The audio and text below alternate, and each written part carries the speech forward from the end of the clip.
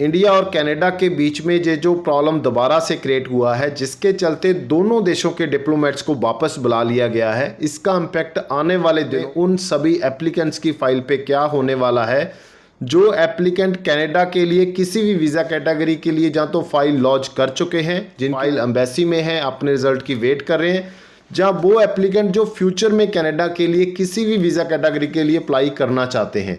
आज इसमें हम डिटेल में इस टॉपिक के बारे में बात करेंगे, क्योंकि बहुत सारे क्वेश्चन हमें बच्चों की तरफ से, एप्लीकेंट्स की तरफ से आ रहे हैं कि क्या कनाडा आने वाले दिनों में इंडियन एप्लीकेंट्स को वीज़ा नहीं इशू करेंगे, क्या आने वाले दिनों में ट्रैवल को भी बंद किया जा सकता है, क्या आने वाले दिनों में वीज़ा ट्रेंड नेगेटिव हो सकते हैं सभी कैटेगरीज के लिए, क्या प्रोसेसिंग टाइम डिले हो सकता है, पासपोर्ट स्टैंपिंग या बायोमेट्रिक को बंद किया जा सकता है। बहुत सारे क्वेश्चन आपके माइंड में भी होंगे।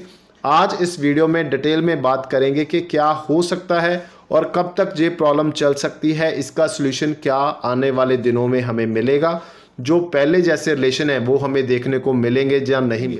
इस वीडियो को लास्ट तक देखिए और अपने फ्रेंड सर्कल में ज़रूर शेयर करिए, ताकि एक्चुअल जो इन्फॉर्मेशन है वो उन सभी एप्लीकेंट तक पहुंच सके जो कनाडा जाना चाहते हैं या फिर कनाडा के लिए ऑलरेडी अप्लाई कर चुके हैं। इस वीडियो को शुरू करने से पहले मैं हमेशा की तरह आपसे रिक्वेस्ट करूंगा, हमारे इस YouTube चैनल को सब्सक्राइब जरूर करिए, ताकि आपको ऐसी अपडेटेड वीडियोस हमेशा देखने को मिलती। सबसे पहले इस पूरी प्रॉब्लम के बारे में बात करेंगे, ये प्रॉब्लम कहाँ से स्टार्ट हुई थी और क्या आने वाले दिनों में इसका कोई सलूशन हमें मिल सकता है या नहीं मिल सकता।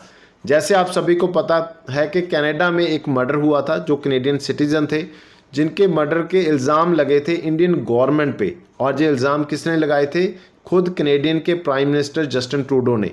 और जब इंडियन गवर्नमेंट ने उनसे कोई प्रूफ मांगा कि आप कैसे इस चीज़ के बारे में बात कर सकते हैं कि इस मर्डर के पीछे इंडियन गवर्नमेंट का हाथ है, आपको कोई ना कोई प्रूफ हमें देना चाहिए, पब्लिक करना चाहिए।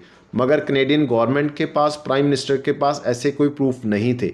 उस समय भी हमने देखा कि 6 डिप्लोमेट को छोड़कर बाकी सभी डिप्लोमेट्स को वापस भेज दिया गया था, चाहे वो इंडिया से कनेडियन डिप्लोमेट्स थे और कनाडा से इंडियन डिप्लोमेट्स को वापस बुला लिया गया था। जिसका सबसे बड़ा इम्पैक्ट क्या पड़ा था, ये जो प्रोसेसिंग टाइम है सभी वीज़ा कैटेगरी का, वो बहुत ज़्यादा इंक्रीज़ हुआ था, डिले बहुत ज़्यादा मिला था, जिसके चलते अभी हमारे पास 50% से ज़्यादा बैकलॉग में एप्लीकेशन पड़ी हैं।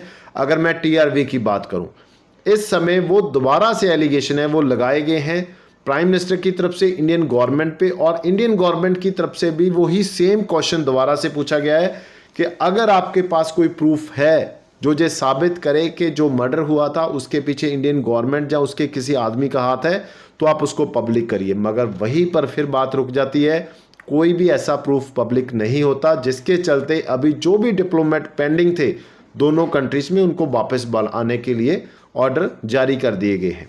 अभी जब पूरे के पूरे डिप्लोमेट्स को वापस भेजा जाएगा तो सर्विस कहीं ना कहीं इम्पेक्टेड होंगी इस चीज़ से।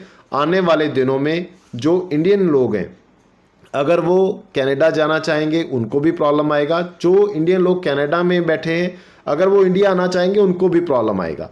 तो इसके पीछे सबसे ज़्यादा प्रॉब्लम ये आएगा, जो अभी पासपोर्ट स्टैंपिंग का काम है वो काफ़ी डिले होगा। अगर मैं बायोमेट्रिक की बात करूं वो काफ़ी डिले हो सकता है। इसके बाद जो दूसरा सबसे बड़ा क्वेश्चन आता है, क्या अभी कनेडियन गवर्नमेंट की तरफ से इंडियन एप्लीकेंट्स को कोई वीज़ा इशू नहीं होगा? ऐसा कोई भी स्टेटमेंट नहीं आया। बहुत क्लियर है कि अभी जो प्रोसेसिंग है वो डिले हो सकती है, पासपोर्ट स्टैंपिंग डिले हो सकती है, बायोमेट्रिक डिले हो सकते हैं, मगर ऐसा कोई भी स्टेटमेंट अभी तक नहीं आया कि इतने ज़्यादा हालात ख़राब हो जाए कि कोई भी इंडियन एप्लीकेंट को कनेडियन गवर्नमेंट वीज़ा ना दे। यानी कि वीज़ा ट्रेंड पॉजिटिव रहने के पूरे चांस हैं, मगर डिपेंड करता है आपकी फ़ाइल कैसी है और किस वीज़ा कैटेगरी के लिए आप अपनी फ़ाइल लगा रहे हैं। दूसरा बड़ा क्वेश्चन है कि क्या आने वाले दिनों में ट्रैवल बंद किया जा सकता है? ऐसा भी कुछ देखने को नहीं मिलेगा, मेरे अकॉर्डिंग तो नहीं मिलेगा। मगर आने वाले दिनों में अगर ऐसी स्टेटमेंट दोनों कंट्रीज़ की तरफ से और ज़्यादा आती हैं तो ऐसी चीज़ें भी देखने को मिल सकती हैं। जो गवर्नमेंट्स पे डिपेंड करता है कि दोनों गवर्नमेंट इस पूरे मुद्दे पे कैसे रिएक्ट करती हैं, किस तरह की स्टेटमेंट उनकी तरफ से आती हैं। अगर जहां पर बहुत ज़्यादा स्टेटमेंट नहीं आती, जैसे हमने पहले देखा था कि कनेडियन गवर्नमेंट ने थोड़ा सा नरम रुख अपनाया था और इंडियन गवर्नमेंट के साथ ज़्यादा बातचीत करने से वो बचे थे, और जो हालात थे वो फिर एक बार नॉर्मल होते हुए दिखाई दिए। मगर दोबारा से अगर ऐसी स्टेटमेंटें आएंगी तो आने वाले दिनों में ये सारी चीज़ें भी हो सकती हैं, डिपेंड करता है इस पर। मगर ऐसा नहीं है कि कनेडियन गवर्नमेंट किसी भी ऐसे एप्लीकेंट को जो इंडियन है उसको वीज़ा इशू नहीं करेगा। प्रोसेसिंग टाइम को देखकर जो मैंने आपके साथ शेयर किया था कि जो प्रोसेसिंग टाइम है वो इंक्रीज़ हो सकता है, उसका फर्स्ट इम्पैक्ट हमें देखने को मिला है। जो इस बार प्रोसेसिंग टाइम हमारे पास आया है उसमें विजिटर वीज़ा 114 दिन दिखाई दे रहा है आपको ऑफिशियल वेबसाइट cic.gc.ca पर। अगर मैं सुपर वीज़ा की बात करूं 107 दिन दिखाई दे रहे हैं। अगर मैं स्टडी वीज़ा की बात करूं तो 7 वीक, 1 वीक इंक्रीज जहां पर हो चुका है। अगर मैं वर्क परमिट की बात करूं तो 28 वीक जहां पर आपको शो कर रहा है, यानी कि प्रोसेसिंग टाइम इंक्रीज होना स्टार्ट हो चुका है। वीज़ा स्टैंपिंग भी रुकेगी एक बार, अगर 15 से 20 दिन पहले ले रहा था तो अभी करीब करीब 20 से 1 मंथ तक का समय लग सकता है। बायोमेट्रिक में भी आपको डिले देखने को मिल सकता है। मगर मैं उम्मीद करूंगा कि आने वाले दिनों में इस प्रॉब्लम का जल्दी कोई सोल्यूशन मिलेगा, जहाँ तो स्टेटमेंटें बंद होंगी, जहाँ फिर कोई ना कोई प्रूफ सामने आएगा जिसके चलते ये सारी प्रॉब्लम का सोल्यूशन देखने को मिलेगा। मगर दोनों देशों के लिए मैं यही दुआ करूँगा कि जो पहले जैसे नॉर्मल और एक अच्छे रिलेशन हमें देखने को मिल रहे थे वैसे ही दोबारा से मिले। उम्मीद करूँगा अगर आप अप्लाई करना चाहते हैं तो आप जल्दी कीजिए, क्योंकि आने वाले दिनों में अगर प्रोसेसिंग टाइम डिले होता है तो आपका वीज़ा डिले हो सकता है, जिसके चलते आपका कोई इनटेक मिस ना हो। अगर कोई इवेंट पे जाना है आपने, वो इवेंट मिस ना हो।